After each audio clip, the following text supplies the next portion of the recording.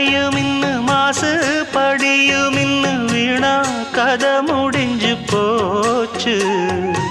ஈசான மூலையில லேசான பள்ளி சத்தம் மாமன் பேர சொல்லி பேசுது.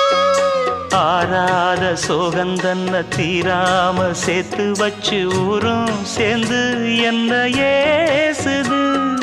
மாமா மாமா உன்னத்தானே எண்ணி நானும் நாளும் தவித்தேனே. கூண்டுக்குள்ள என்ன வச்சு கூடி நின்ன ஊரை விட்டு கூண்டுக்குள்ள போனதென்ன கோலக்கிளியே.